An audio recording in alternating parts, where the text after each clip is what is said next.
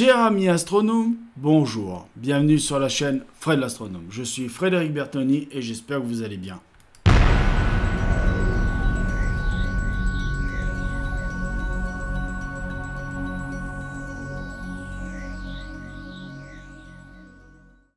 Donc voilà mes chers amis, nous sommes repartis pour une nouvelle vidéo d'observation de Saturne.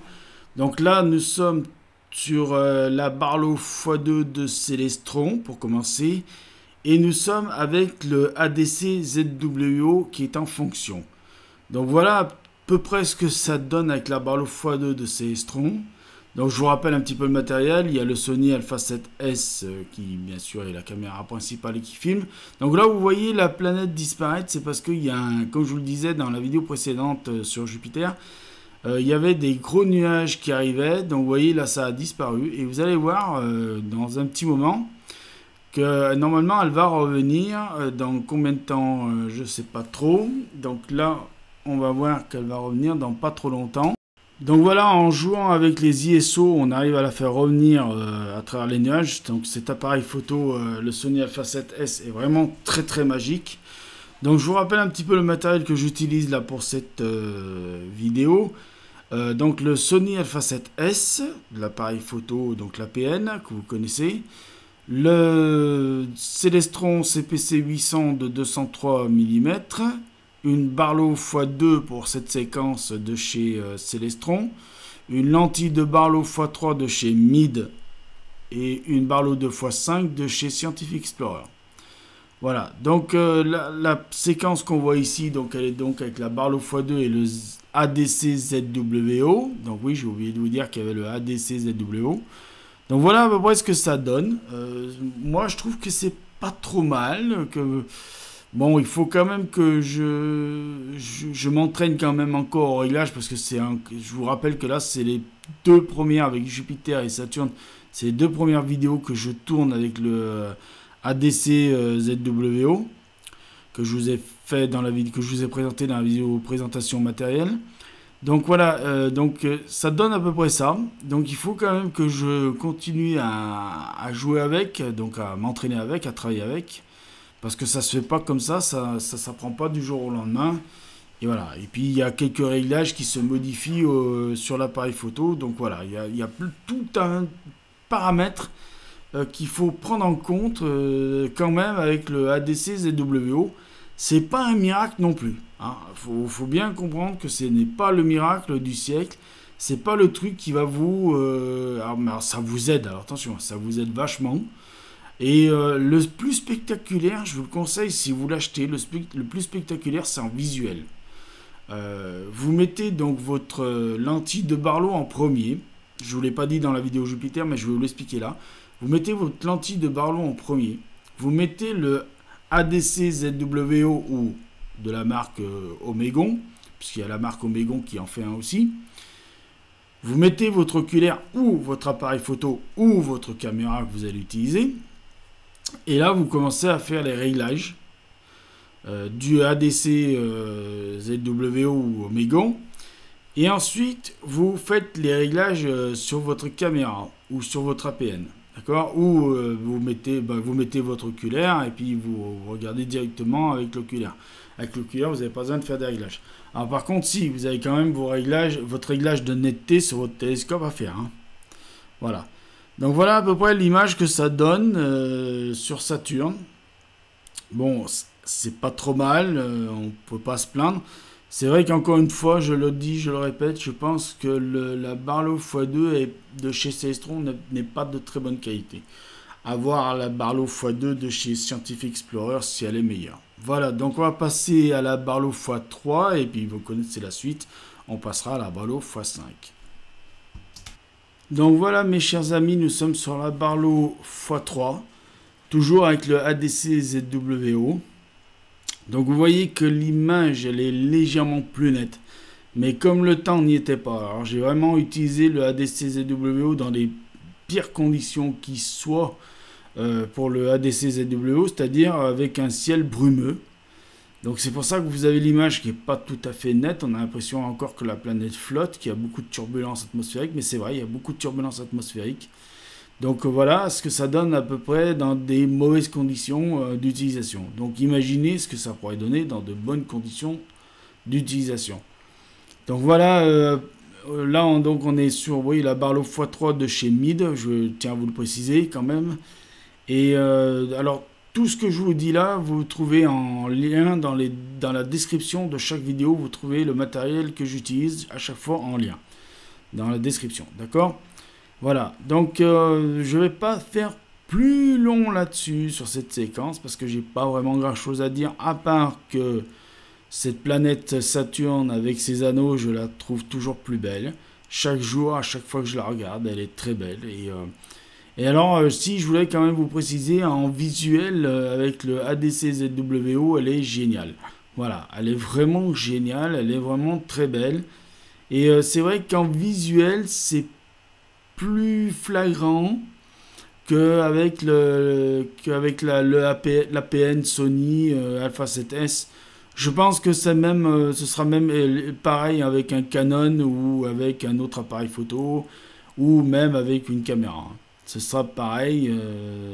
Enfin, je parle avec mon télescope, hein, avec le CPC 800 203 mm. Hein. Si vous avez un télescope qui est beaucoup plus grand en diamètre, bien forcément vous aurez une qualité d'image bien meilleure que celle-ci, bien évidemment.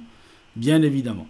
Si vous avez aussi des formules optiques type Newton en 203 mm, en 250 mm et voire même jusqu'à 300 mm et plus, vous aurez aussi de meilleures qualités d'image. D'accord? Voilà. Donc pour ceux qui veulent faire du planétaire et avoir de la bonne qualité d'image en planétaire et en ciel profond, je vous conseille donc le mien, télescope, qui est un Schmidt Cassegrain ou une formule optique Newton, qui sont les deux formules pour moi qui sont pour le moment, je dirais, allez, une troisième, c'est le Matsukov Cassegrain qui est aussi une formule optique très bonne pour ça. Voilà, donc je vous dis, on va passer à la Barlow x5 et puis on en terminera avec cette vidéo qui commence à être très très longue.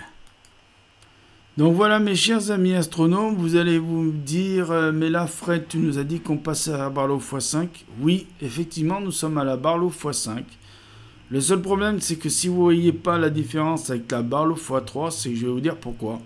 C'est parce que en réalité, le temps est devenu tellement dégueulasse au fil de la nuit que la Barlow x5 donnait une image à peu près comparative à la x3. Donc c'est vraiment dû je vous dis, aux conditions atmosphériques qui devenaient de plus en plus mauvaises. Bon, là il était aux alentours de minuit quand j'ai tourné cette séquence-là. Et aux alentours de minuit, il faisait vraiment pas beau. Donc est-ce que j'aurais peut-être dû attendre 1h du matin? Bah vous verrez que oui, final, je vais pas vous cacher, je vais pas vous mentir. J'aurais dû attendre 1h du matin parce qu'à 1h du matin, vous verrez dans la vidéo suivante qui va arriver derrière, qui s'appellera Mars ADC ZWO, donc 08-07-2018. Et ben le temps était bien meilleur puisque le ciel vers 1h10, 1h15 du matin, parce que là la séquence ça m'a pris 5 minutes à la tourner, mais vers 1h15, 1h10, 1h15 du matin, le temps s'est dégagé, mais d'un coup. Mais vraiment d'un coup, plus un nuage, plus rien. Donc là, c'est vrai que j'ai été obligé de jouer encore une fois avec les ISO et de faire passer, de percer un petit peu les nuages grâce à l'ISO, de la montée d'ISO du Sony Alpha 7S. Et il faut reconnaître une chose, que là, la séquence, je suis à 60 000 ISO pour pouvoir faire ça. Donc avec l'ADC ZWO et la Barlow x5, si je n'avais pas eu le Sony Alpha 7S et si j'avais eu un Canon par exemple, les Canon en ce moment s'arrêtent à 25 000 ISO, je n'aurais jamais pu faire cette séquence là. Donc faut reconnaître quand même que l'image, bon, je le reconnais, elle n'est pas très propre, elle n'est pas très nette. Elle donne pas ce qu'elle devrait donner avec une Barlow x5. Ça, je vous le dis tout de suite. Je suis OK avec ce que vous allez dire dans les commentaires. Mais n'empêche que, voilà, grâce au Sony Alpha 7S, et je déplore de ne pas avoir pu acheter le Sony Alpha 7S 2, j'aurais pu vous mettre les images en ultra haute définition.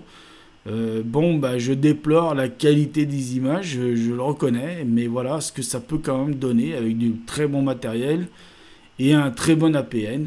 Et qu'il n'en déplaise aux utilisateurs des caméras spécialisées dans le planétaire ou spécialisées dans le ciel profond, ou les caméras qui sont, que j'appelle moi, hybrides, c'est-à-dire qui peuvent faire du ciel profond et du planétaire, et ben, qu'en déplaise à ces utilisateurs qui me disent oui, tu utilises un APN Sony Alpha 7S parce que tu sais pas utiliser une caméra.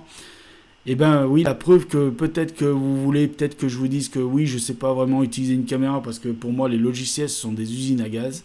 Mais n'empêche que regardez un peu ce qu'on peut faire avec un Sony Alpha 7S, qui je vous rappelle que c'est un Sony Alpha 7S qui est du commerce, ce n'est pas un appareil défiltré comme il se vend chez AstroShop DE par exemple, les Canon, qui vendent toute une série de Canon qui ont été défiltrés, c'est-à-dire ils enlèvent le filtre sur le capteur, ce filtre qui empêche de capter la lumière alpha rouge, donc la lumière infrarouge. Donc voilà, et donc vous voyez que là, ben voilà, grâce à un Sony Alpha 7S acheté dans un commerce qui coûte peut-être 2000 €, ben voilà ce qu'on peut quand même faire, même s'il y a un passage nuageux à ce moment-là où je tourne la séquence. Donc voilà.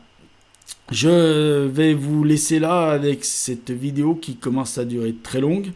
Donc je vais vous dire, prenez soin de vous, mettez l'œil à l'oculaire parce que là-haut il y a plein de choses à voir. Je vais vous dire aussi bon ciel, à plus, à de prochaines vidéos. Et la prochaine vidéo qui va arriver, ce sera Mars avec l'ADC ZWO, donc de la même date que 08-07-2018 puisque j'ai tourné toutes ces séquences dans la même nuit. Voilà. Et le temps était nettement meilleur pour Mars. Donc voilà, je vous redis à plus, prenez soin de vous, mettez l'œil oculaire parce que là où il y a plein de choses à voir. Bon ciel et ciao, à la prochaine.